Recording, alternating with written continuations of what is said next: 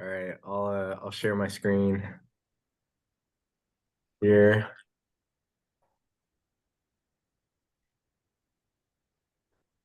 So I didn't send out an email to Julian in advance, but I remember our like main thing that we wanted to touch in with him about was he was going to do a second presentation. But actually I have an idea of what we could do today. If we have time after our go around, we can actually go and like look at his tool and write down some feedback and just send it over to him. Anyways, so yeah. So Eamon, I know you're new to this group. Welcome. Thanks for joining. Eamon and I have worked together quite a bit, or we have a bunch of ongoing projects. So happy that Thanks for having me. It's a pleasure to meet both of you, all of y'all. Good to meet you, man. we usually have anywhere from like this is I think our smallest group we've ever had. We usually have anywhere from 5. Well, okay, so now we're at 5. 5 to like up to 15, 20 people sometimes. We'll do a go around, and so you'll get to see like the types of folks that are here. We usually do a go around. Everybody introduces themselves, any trashy updates they have, anything they'd like to add to the agenda. And then I have some notes from Julian that I've taken down. We can look into his tool a little bit and send him some notes after. And then I don't think that I shared the memes that we created yet with the group. So maybe I'll do that if we have time. Cool. So I'll get started. I'm Wynn, research scientist at the Moore Institute for Plastic Pollution Research. My big trashy update, honestly, ChatGPT is taking over my life, and it's taking over my trash research too. I could talk forever about that. Eamon and I like probably have had like 10 hours of conversations about that at this point. But there's just so many different applications that we can use it for. One of them that's really pertinent to this group is the trash taxonomy. And so I've been exploring opportunities to use these large language models to try to interpret the meaning of different trash terms, and really quickly, if somebody has like a new term, kind of fit it to a previous schema that we have. So that's kind of the big thing that I've been thinking a lot about lately. And I'll pass the mic over to Tony. Hey y'all, Tony Hale, San Francisco Estuary Institute. Good to see you. My trashy updates are twofold. So first, just wanted to update you all on some of the work that Shelley of the Moore Institute and I have been doing with other colleagues in the world of tobacco product waste, TPW. So, and you know, Tom, I see that you've joined us. Good to see you. Good morning. Good morning. So, with funding from the California Department of Public Health Tobacco Control Program, we've developed a mobile app that is specifically designed for a pretty narrow audience. So it's developed at the behest of the tobacco control program for the local lead agencies for their compliance and with different funding requirements. So it is a outgrowth of the tobacco monitoring methods that we developed and shared in the trash monitoring handbook. So you can find it articulated there in kind of text and text description, but this is an operationalizing of that method. So it's a pretty cool thing to have this this app developed so that people can use this method in a much easier and well-structured way as far as the data collection and data analysis and display is concerned. There is a mobile app on the collection side, and then there is a dashboard on the back end that's available to those lead local agencies, which they can then share with the world or not. So thus far, we've concentrated more on the front end collection, but we will be turning our attention in this coming fiscal year, starting in July, on the dashboard. So we've been working with those representatives from the local lead agencies to develop this mobile app. So that's one side is the TPW mobile app. The other is an OPC funded, the Ocean Protection Council funded plastics monitoring pilot program. So what this consists of is a not trash in general, but plastics specifically, working to form a network of plastics monitoring. So what I'm bringing it to your attention, because what our next steps will be is to assemble stakeholders to consider some of the management questions and then the resulting monitoring questions that would come out of a statewide plastics monitoring program that is really leveraging existing efforts. So, you know, whether it's Caltrans with Walter or other different regions, looking to you, Gary, to see kind of how Second Nature can contribute. So we're not building an empire as much as we're just trying to form a coalition of the willing to figure out how we can leverage existing efforts to contribute to a statewide view of plastics, both macro and micro. That alone can kind of blow your mind because they are very different forms of assessment, but we're embracing both of those different forms of the classes of plastic. So that's a very important feature of this pilot. A lot more to say as we develop different materials, but just wanted to give you a heads up that we'll be coming back to you and likely asking you to join some efforts to brainstorm about what could come of this. So those are my trashy updates. TPW on the one hand, plastics monitoring on the other. And I'll go ahead and pass it to Dr. Novotny. Great, thanks, Tony, and nice to see everybody. I'm Tom Novotny. I'm a professor emeritus of public health at San Diego State University. And we have a Center for Tobacco and the Environment that is addressing all of the various forms of tobacco-related environmental insults, mostly secondhand, thirdhand smoke, but then this tobacco product waste, which has also been fueling, or we've been fueling the analyses of the costs of tobacco product waste in the environment. And we've made a bunch of progress on this over the last 2 years under a contract from CTCP as well, modeling what are both cleanup costs, but also some of the indirect costs that might ensue from sort of the unmitigated tobacco product waste that doesn't get picked up. And trying to emphasize what might be policies upstream that can actually alter this. Especially the idea of banning the plastic filter, since this is another issue of plastic pollution found on all cigarettes almost, and is the main thing that's picked up when the cleanup processes are executed, and that's around the world. And in another kind of denouement for this plastics issue is the plastics treaty. And I don't know if you've mentioned this yet on any of the calls, I can't remember, but the UNEP has under its authority started negotiations on an international plastics treaty that has had one meeting so far in Montevideo, and another one's coming up at the end of this month in Paris, and I'm planning to go to that. And I put up in the chat a link to what the coalition of anti-tobacco groups is trying to do to get plastic filters as part of the process, international agreement to ban them, actually to ban the sale of filtered cigarettes.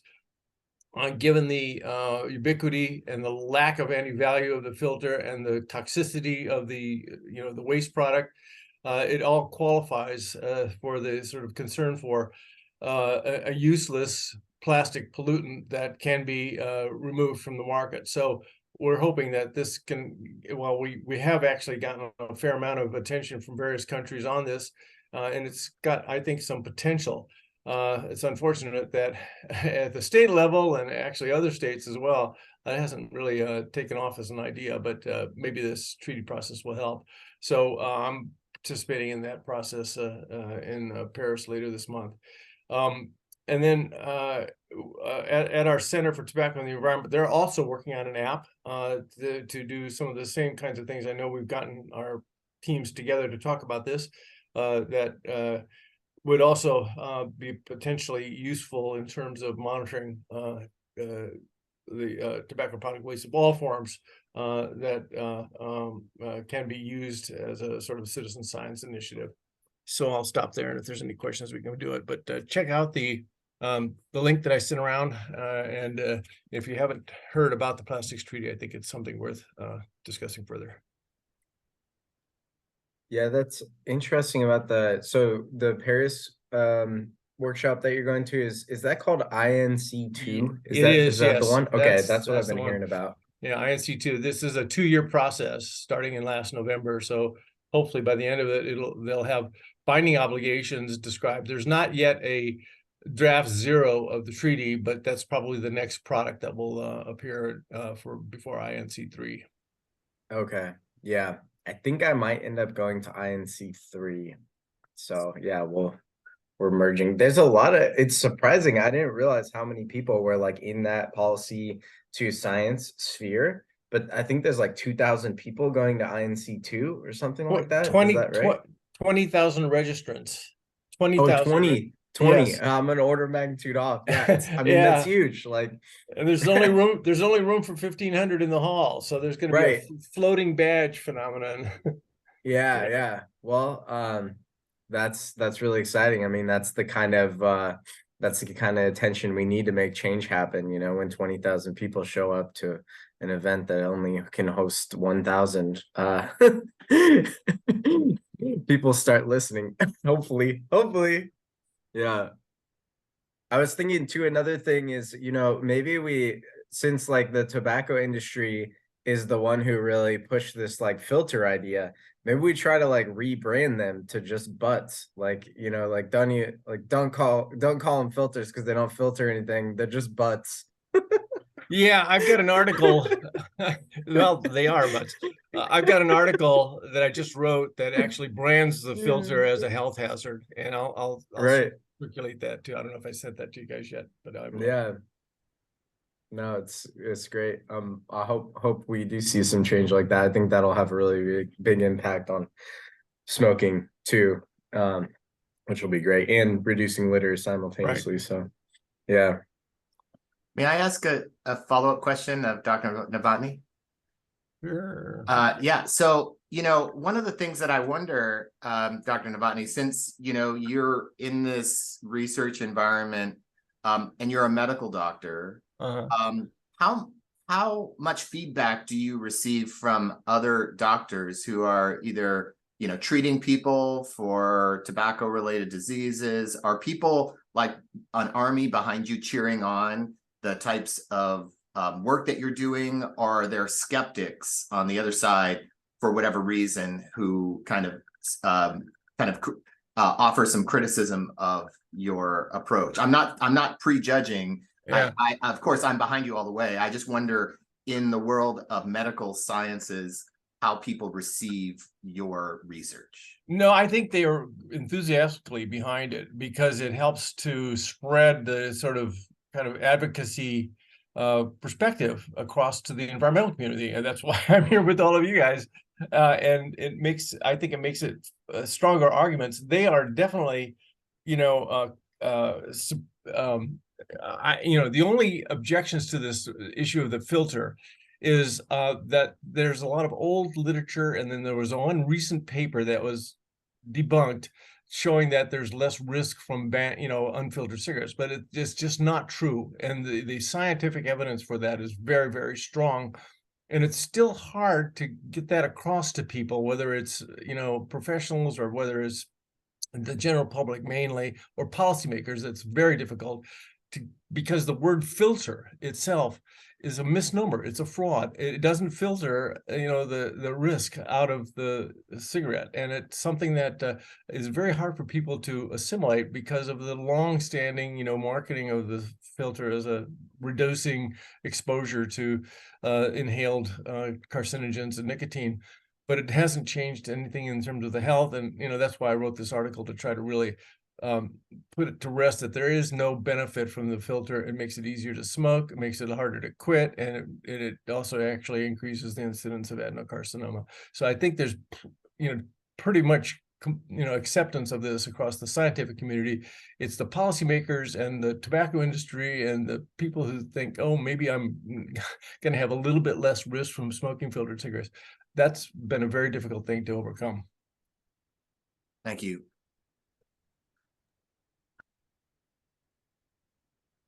Should we popcorn over to the next person? Gary, do you want to go? Sure. Yeah. Thanks, Dr. Novotny. Just to make your point there, I just learned in the last 40 seconds that unfiltered cigarettes are not less healthy than filtered cigarettes. So I am in that group that wouldn't have known that until you just. The other way around, it's filtered cigarettes are not less are not healthier than unfiltered cigarettes, right? Said it backwards. Yeah. So, gosh, yeah, that seems very important. It'd be great if you could put a link to that article. Yeah, love to read it. I'm doing it right now. Gary Conley, I'm with Second Nature. We build tools to help communities track their progress towards reducing trash getting to waterways. In terms of trashy updates, well, it was good to hear your update there, Win, that you've got a positive side to the emergence of our robotic overlords coming to tell us what to do. That's cool. And Tony, it's great to hear other ways of capturing trash data to just the more the better, I think, with the app that you've developed. We've got a system that we've had an app functioning that captures line data to go into our trash tracking system for quite a while now, and we've been working to try to make it more agnostic to the data that gets into the system, just because of what we've just described. There's going to be lots of different ways to capture these sorts of data, and we actually worked on one ourselves with our partners at Fusco Engineering to use imagery, right, and quantify the amount of trash in imagery. So our update is those folks at Fusco in Southern California are really moving forward with applying that approach to quantifying the amount of trash using machine learning and image capture.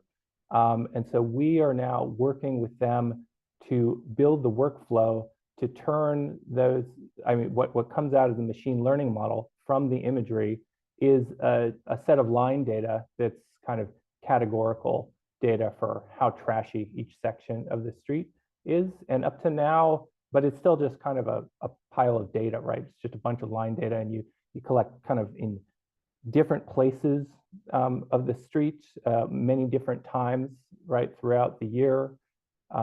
So that data needs management and interpretation.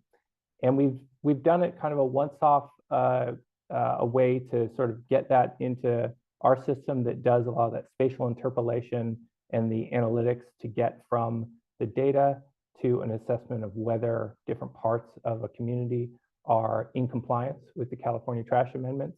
And now we're building the workflow to kind of automate that whole process so that we can be more agnostic to the types of data coming into the system and just make it quick and easy for it to generate some outputs that are going to be really useful for stormwater managers to look at, interpret where they might want to focus their efforts, and also report to their regulators how well they're doing. So hopefully that keeps moving along well enough so that we just need to make this this easier. If this monitoring is going to continue into the indefinite future, we want to make this so it's not very costly time-wise for staff to have to both collect the data, and the apps help with that, but also do the synthesis and interpretation.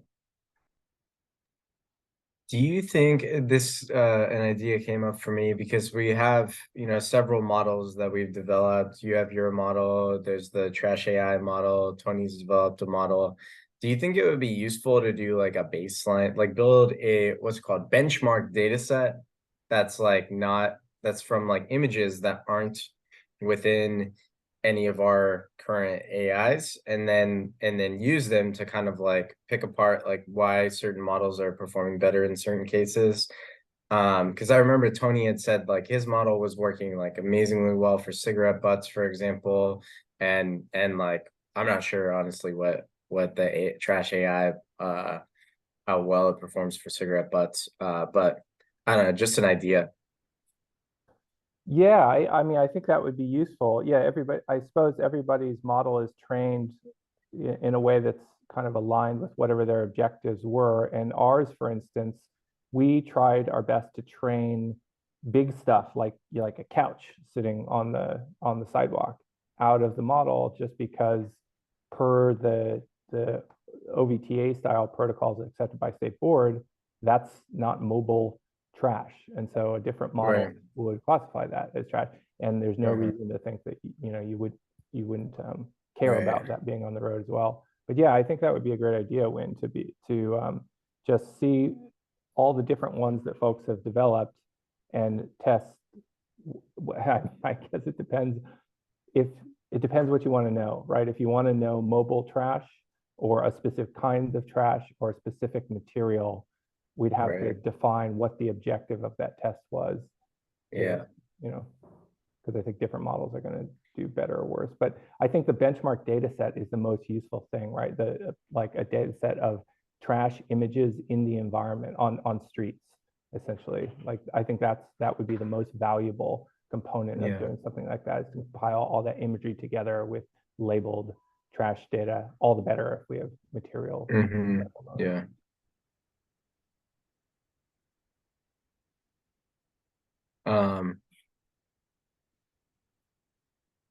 Sweet. Tony, did you have something? Oh, I think that having that data set would be, the benchmarking would be fantastic. In the absence of that, because let's say there's not resources to kind of pull that together, I think that we can describe the objectives behind those different algorithms in just a paragraph, at least, to kind of talk about what it's trying to find. Because we have two algorithms. One is a general trash algorithm, and then it's about specific scenes. So even like it's finding it in creeks and rivers, not necessarily in a streetscape. And then the other one is more focused on a particular type of trash, that is tobacco product or cigarette butts. So there are kind of ways to describe it where we don't necessarily have to generate the data set based empirical evidence. We can just describe it, and that would cover 80% of what people really need to know about those different algorithms. But we can also go towards the showing imagery and what it's able to detect in the image. There's something interesting circling back to the large language models. The newest ones are able to look at imagery too. And this is some application I've been trying to wrap my head around, is like you could create a prompt that says, here are my trash classes. Tell me which of these exist in my photograph. For example, that's something that might be coming down the line. I don't know, because they haven't, like OpenAI hasn't opened up their most recent model. And I have tested this on models that are multimodal, where they have the like prompt plus the image, and they just don't work that well, honestly, right now. So I'm not sure if OpenAI is going to crack that open either, but yeah, another idea. Yeah, when that could solve our trash AI accuracy problem I know, right? Yeah. with one Yeah, swoop. it's Anyway, I know. It could I've bounding boxes. I'm like terrified of bounding boxes at this point. oh no. Sorry. Or no, traumatized. Sorry, traumatized. Anyway, back to you. No, but Walter, say a little bit more. You're Yeah. traumatized because of the And work. what happened? Why? No, just the internal churn we've had with trying to do. It's an organizational volunteering problem. We're going through so many developers, trying to get so many people to get this model, it's like, anyway, it's yeah. So there's my trauma.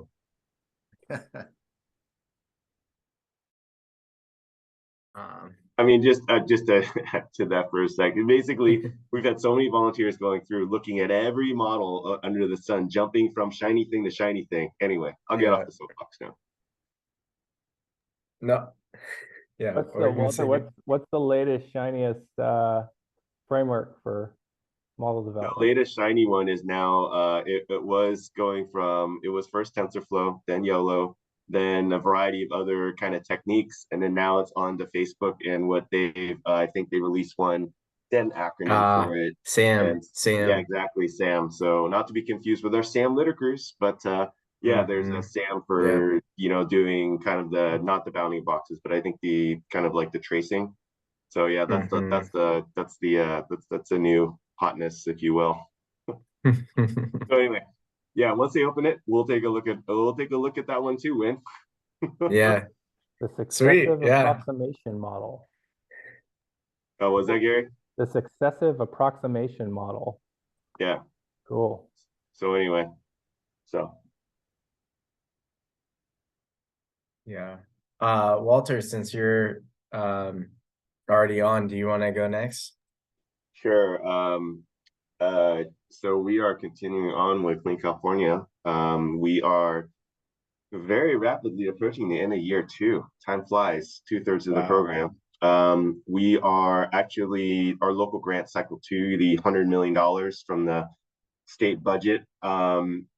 We're going to be, the deadline for the application was extended to the end of this month. So that would be May 31st.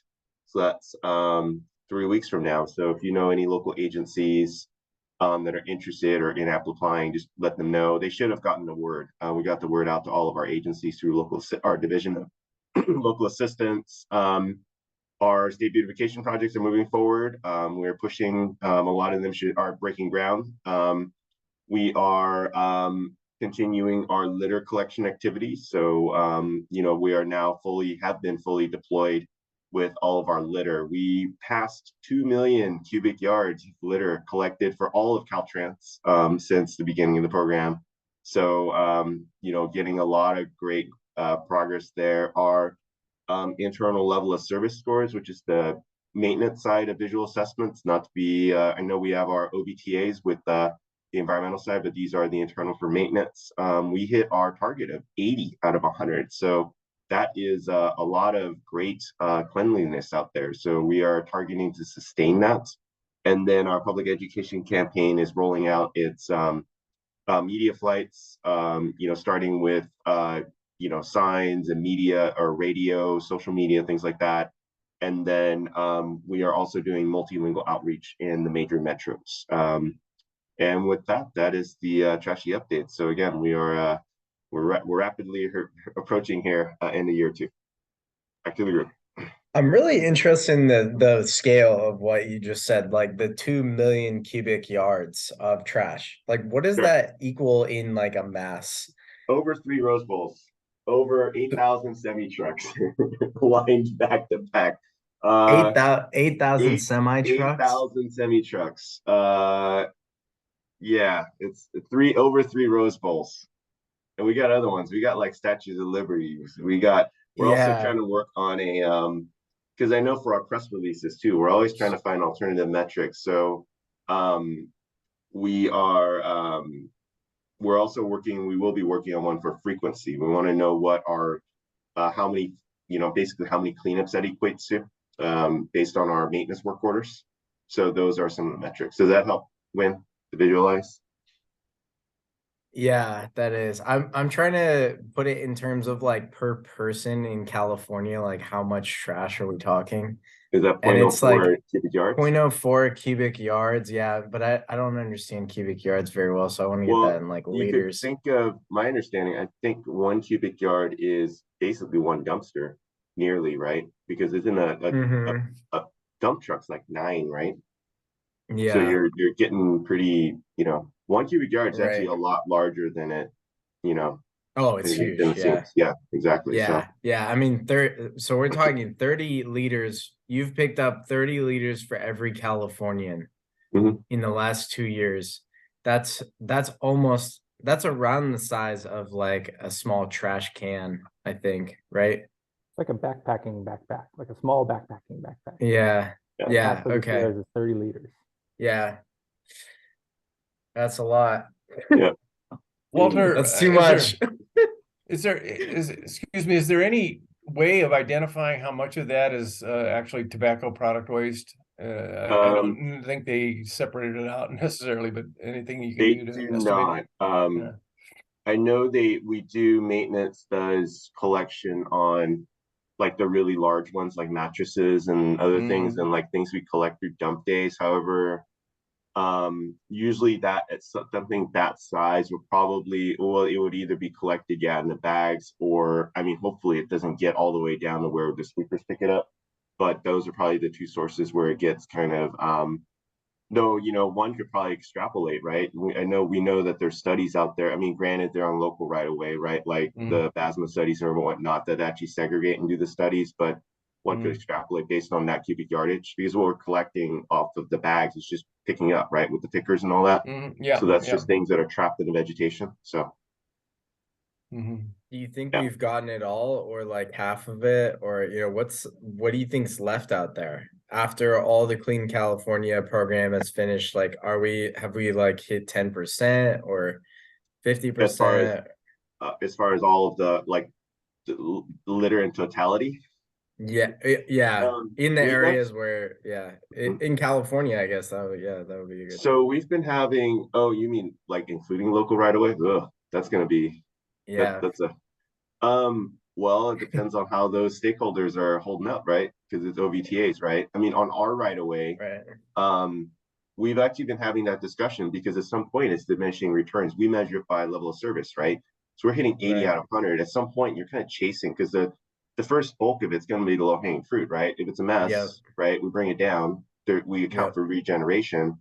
But Yeah. at some point, though, when you're pushing from like 80 to 85 to 90 and to 95, it's like you're pushing more and more and more and more crews. And we've pushed out literally, we pushed over 100 contracted crews. We have all of our adopt a highway crews. We got additional that we hired. So we're Right. talking quite a lot of, of staff out there doing the cleanups. And Oh, then yeah. I think we can see that too in the expenditures. So from a resourcing standpoint, it's the investment, right? Is it worth the, as far as cleanliness, 80 out of 100 equates to quite good. It's like the way they do it is like driving methodology. So you wouldn't, you'd only see basically max one occurrence of litter, every, a mile or 2 miles, right? That's pretty good. So I think in rough percentages, I think maybe to put it in terms of an investment, I think we've hit that kind of optimization. That's why we're targeting 80, because beyond that, we'd have to like double up. You're kind of it doesn't quite scale, right? It's no longer linear. So we've kind of hit that inflection point, if you will. Okay. Yeah, it makes Sorry, sense. I'm more on the business side these days, so I think in terms of like dollars and expenditures.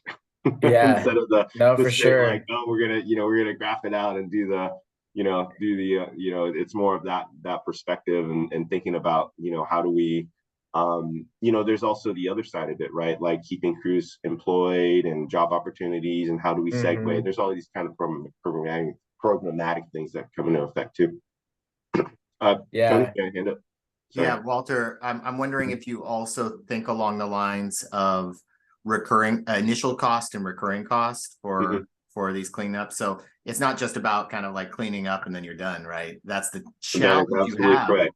Yep. It's about putting systems into place so that you can kind of maintain the clean California. Right. So what we're looking at, I mean, very high level, is that we're looking at, the reason why we're doing these select programs is that, yes, there's the litter, but a lot of it is the public education component. We have the events, we have the campaign, we have the projects out there that the public sees. They're chosen selectively to be in places where, there is cleanup that occurs with these projects. And so a lot of these kind of unsightly areas, like one of the key ones on the state side is the 5th Street, right there in 5th and Bryant, downtown San Francisco. So it's a very high visibility right between the 101 there and the 80. So very high visible areas that will be cleaned up and transformed into parklets and things of that nature so the public sees it. And then, of course, all of the cleanup that the public sees. So there's that component to shift behaviors. And then the other component is, we're still figuring out, again, we're a 3-year program, but, our funding goes until 2027 for the appropriation. So we're strategizing how to kind of balance that, right? Given that, how do we segue, because we don't want to let workers go. And then, yes, definitely the recurring, as in we recognize the regeneration. So I think we have a lot of data now about having done all the cleanup through level of service, where to allocate crews, how to balance everything. So we work very closely with our districts. We're kind of taking all that into account to sustain the LOS, to expend all our funds, to retain all the workers. It's this like 3-legged stool, right? You got to kind of keep it all kind of in check. So I think that's why we're targeting 80 and trying to target, the best investment, keeping all the crews employed. And then how do we segue, transition, both on the worker side, but also on the level of service side. We don't want this level of service to drop off either, because this will be, LOS has been here, before Clean California, will continue. So the target is to sustain 80 even after Clean California. So that's the goal. And so how do we transition from, okay, we've ramped up, and how do we segue the workers? And that's where we're thinking about apprenticeship and things like that internally, to keep these workers. And then also over time, have actually regular maintenance forces continue with their regular cleanup, right? So how do we do all that integration? So I think all that's being taken into account. And we are exploring also continuation of the program for litter activity. So again, it's not we're not targeting this as a one and done. Yeah. From my perspective, Walter, it's so great to hear this. This isn't something that I regularly consider as part of my job, but I think one among the things that we need to consider collectively is how our different programs, whatever programs we're representing, local, regional, what have you, how the information we're generating can be used in your what sound like very complex financial models, right? Like it's like a very different sort of beast than kind of, is this street clean? But it's about who cleaned it, how they clean it, what is the cost associated with that. Almost closer to Tom Novotny's work in looking at environmental costs to tobacco product waste than the kind of conventional things that we do. So it'd be really kind of cool to think about the model that you're using, or that you have developed, or you might have in your head, and what are the inputs to that model, so that you can be as confident as possible in making those financial judgments. Yep. Oh, no, I totally agree. I think it comes down, we've, cubic yards has always kind of been the rough, now that we're kind of, this whole field, right, of cleanups and litter is maturing, hopefully, especially with litter data. Cubic yard has always kind of been the go-to, or volume, right? But I think the other way to look at it is at frequency.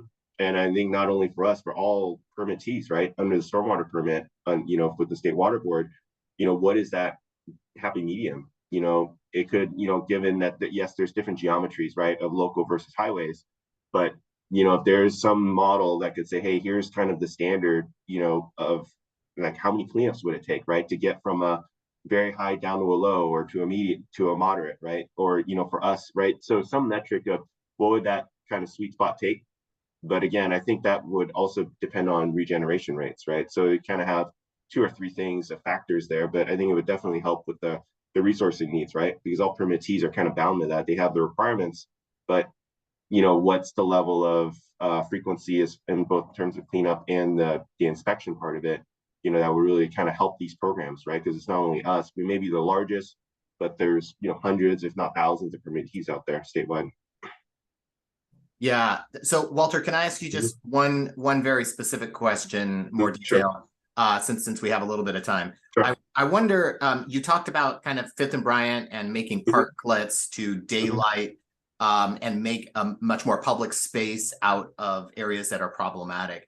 And it leads me towards thinking about green stormwater infrastructure, GSI, and how that, what is originally part of a stormwater management program that was meant to capture things like PCB, like microscopic, or now even like tire particles and things like that.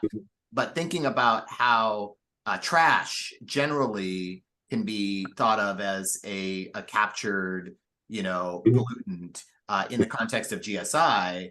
We know about trash capture devices as a way to, mitigate those problems. But GSI is almost like trash has always been something that fouls the performance of GSI. But more recently, it's been thought of as also a way to collect and capture trash passively. Does that factor into your considerations of greening spaces as you're thinking about ways to center these areas as trash collection areas, even if they're not designed as specific trash with trash capture devices on board?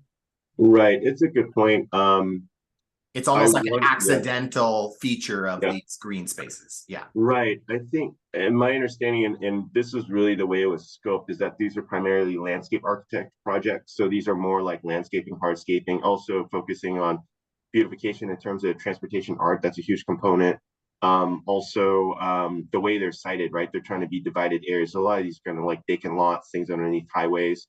So I don't know that like the drainage properties, they might be like kind of offset on a curb. They might just kind of be flat. So it's kind of returning it to that. But a lot of these are going to be bike paths, things of that nature. So they, as far as collection wise, they probably wouldn't be as intense, say, as some of the areas we typically do, right? Like the clover leaves or the shoulders or the medians, especially. And I think those are probably areas that like conventionally like environmental, right? Like so like when Shyla and Ken and their group and Boschka, so probably more fit for them to fit these devices as a part of our regular project delivery. Though I want to say I did hear some concepts being proposed. I want to say in District 1, but that wasn't then the core focus. Just again, given I think the scoping of these were more around, and also they had some safety amounts around like bike and head. So I think just based on the drainage nature and the scoping of the projects, that was more the core focus. But it's a very good point, and I think that as we move forward, I think there's more. I know that environmental is working closely with the state water board around, and that's how you got these trash capture devices, right? There was a new design to do the inlets. We're starting to do installation of these, so on and so forth. So it is coming. But as things at project delivery, it's going to take a while, but it's going to get worked in, right? As we start to kind of tackle this whole trash capture and how do we integrate these ultimately in to GSI. So I just want to interject real quick because I know Eamon hasn't had a chance to go and he's new, so we want to make sure we give him a chance to over to you all. give his. And actually, by the way, I did get to meet Eamon at the IDTAC, the Illegal Dumping Conference in District 4. So it was good to chat with him. That's right. Good to see you again, Yep. Walter. At a busy April. Actually, Wynn is the person who first told me about that conference. So I feel like it's great to be here and be part of this group as well. So my name is Eamon. I'm the founder of Rubbish. We're a San Francisco-based technology company whose goal is to create clean, healthy, and sustainable neighborhoods for everybody. And our goal is to kind of help people like you, researchers and government officials and property managers whose goal it is to clean up. And one of our real focuses here is to create really user-friendly technology that's easy to use and flexible.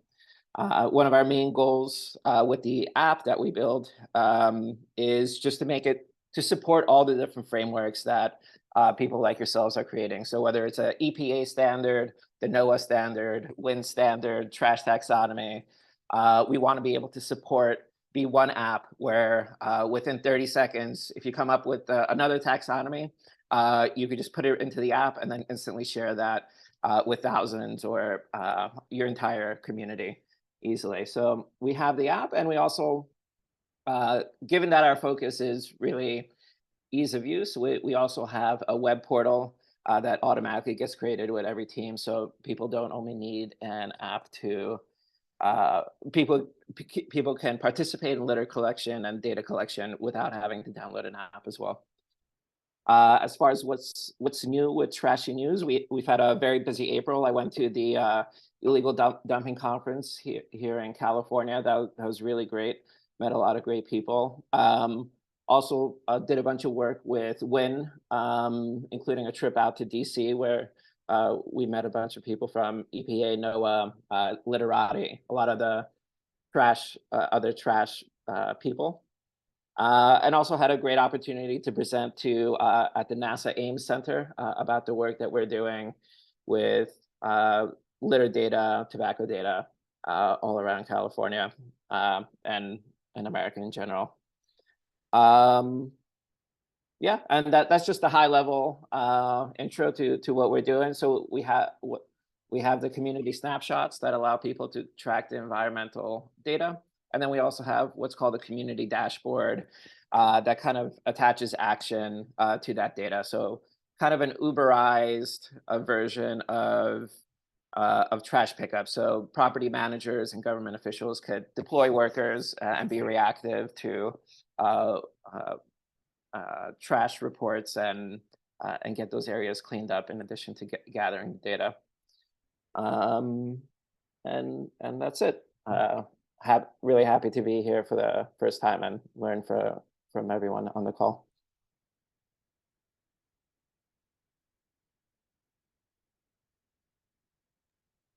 Thanks, Eamon. Yeah, it's been cool to work with Eamon on the No Trace Trails project too. That I think I brought up to this team before, where my fiance and her friend are now surveying the whole Pacific Crest Trail for trash. So they've been using the Rubbish app to do that.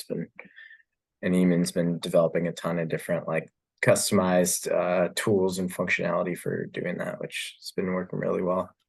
Yeah, that's right. I forgot to mention we're also obsessed with AI and how we can integrate all the large language models into our work, and it's crazy what's happening and the speed at which things are changing. Thank you. Gary, you got a question? I can't hear you. You're muted. I just wanted to jump back to what you guys were talking about, Walter and Tony, about GSI and the potential for using those as trash capture devices. There's definitely a lot of room in the interpretation of the trash amendments for that to be so, right? The staff report that supports the trash amendments mentions partial capture devices. I don't know, scores of times, right? And GSI is classed as one of those. And I think what it's going to come down to, for whether there's regulatory acceptance of those as a way to capture trash, is going to be frequency of cleaning. Like, can we define how? When I've talked to State Water Board about it, it's always like, well, the trash can blow away. It can, it might be able to escape from those areas. So it's going to be a demonstration that you're having people go out and pick up the trash frequently enough. But it was just interesting point. And I think there's loads of potential there. And we've been working with some cities to sort of have them do that, to be able to use some of those GSI as partial trash capture devices. Yeah, I hear you, Gary. And that, part of the reason why I asked is because if you think of the different techniques, the trash capture devices being largely invisible and completely kind of gray infrastructure, and then GSI being green, visible, you're trying to make them visible in many ways, and it's capturing a lot in there. And I know Walter's on the phone, so I'm just kind of speaking until he can join us. But the other thing about it is along the lines of what you're saying, Gary, that is, if you do get credit, then that's where the money will flow to help support the maintenance, because we often hear that the failure of GSI is because they're not well maintained. But if you can fund the maintenance of the GSI by tying it to partial trash capture, then there would be more regular maintenance of these facilities, and therefore their effectiveness, not just for trash capture, but perhaps also so that they are functioning properly for all the other purposes, including even, beautification aesthetics, right? So there's not like a bunch of trash sitting inside these tree wells or bioretention trenches. Yeah, another multi-benefit to add to the list, so that you can communicate and quantify kind of the total value that those types of structures are bringing to the community. Yeah, and also if it can be classed that way, then the more green spaces will be created, right? Instead of making everything invisible, it could be made visible. I think Margaret hasn't had a chance yet to Margaret, are you there?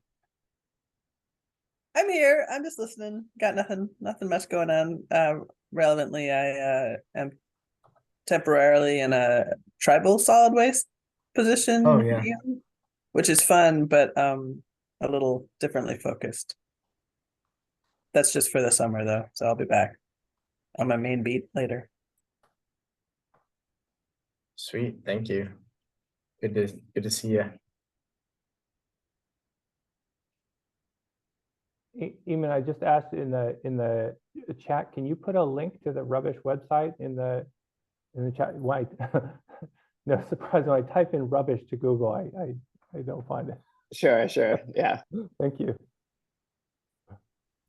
We're about to relaunch our website soon, but this is still a good resource.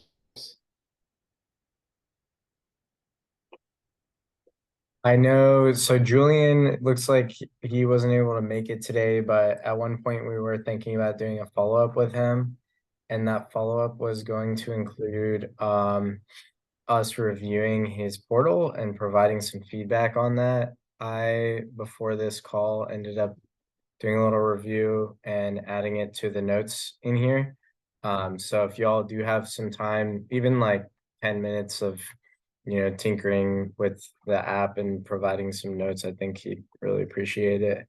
And you could put them in here if that's useful, or send him an email, I'm sure. And hopefully we'll see him at a future one. He can do his whole part 2 with us.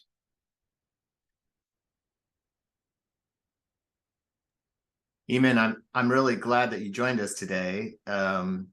These trashy updates sometimes take like 25 minutes, and then the rest of the meeting is a presentation or some kind of specific topic, but nature abhors a vacuum, and so do the trashy updates. So we're able to kind of fill the entire meeting with updates if the space is there. Awesome. Yeah, love hearing all the updates.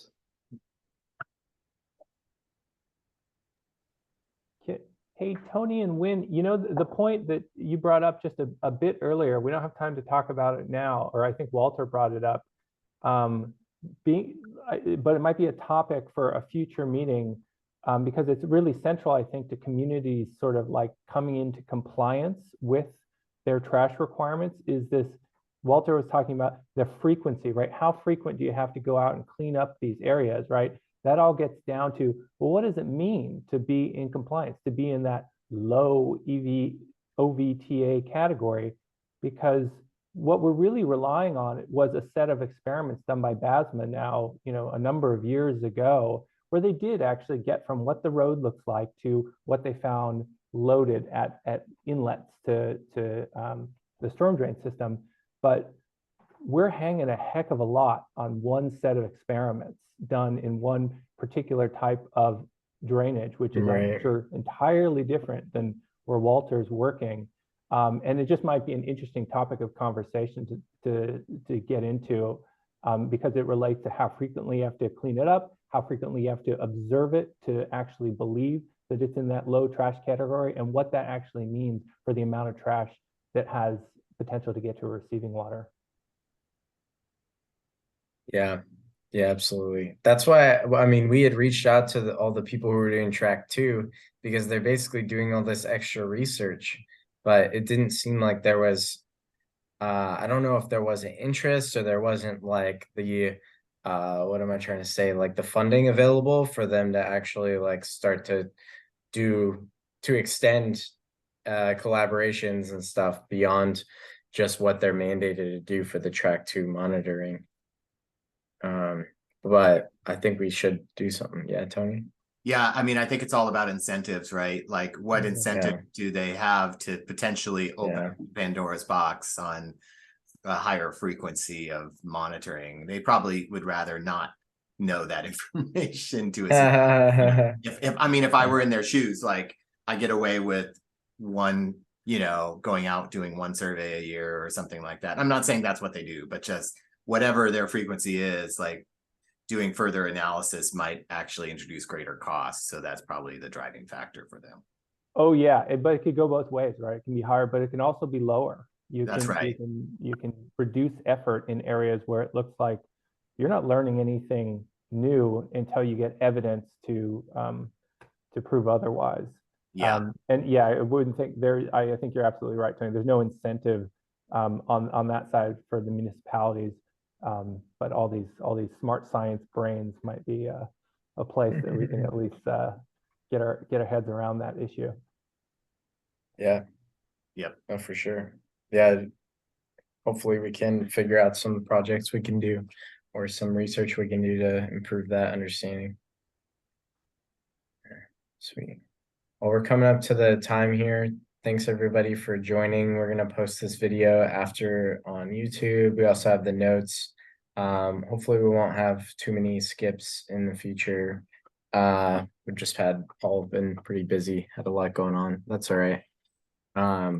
So yeah, looking forward to seeing you all next month.